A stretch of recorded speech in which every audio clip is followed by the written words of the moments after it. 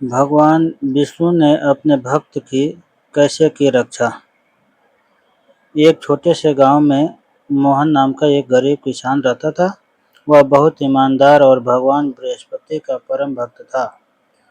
हर गुरुवार वह पीले वस्त्र पहनता, केले की वृक्ष की पूजा करता, भगवान बृहस्पति की कथा सुनता और पूरे पूरे श्रद्धा भाव से व्रत रखता।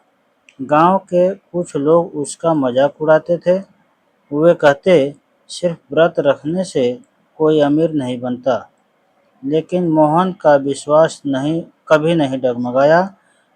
वह कहता, भगवान समय आने पर अपने भक्त की अवश्य रक्षा करते हैं।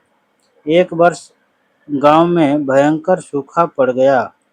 खेत सूख गए, फसलें नष्ट हो गई और लोगों के सामने भोजन का संकट खड़ा हो गया। मोहन के पास भी खाने के लिए बहुत कम अन्न बचा था। फिर भी उसने गुरुवार का व्रत नहीं छोड़ा और भगवान बृहस्पति से प्रार्थना करता रहा। अगले ही दिन एक वृद्ध साधु उसके घर आए।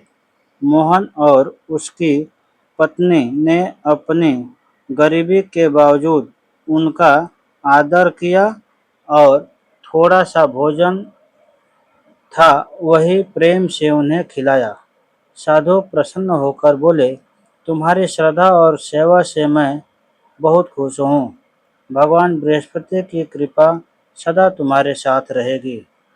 कुछ ही दिनों बाद अचानक मौसम बदला, अच्छी वर्षा हुई। मोहन के खेतों में भरपूर फसल लहलहाने लगी।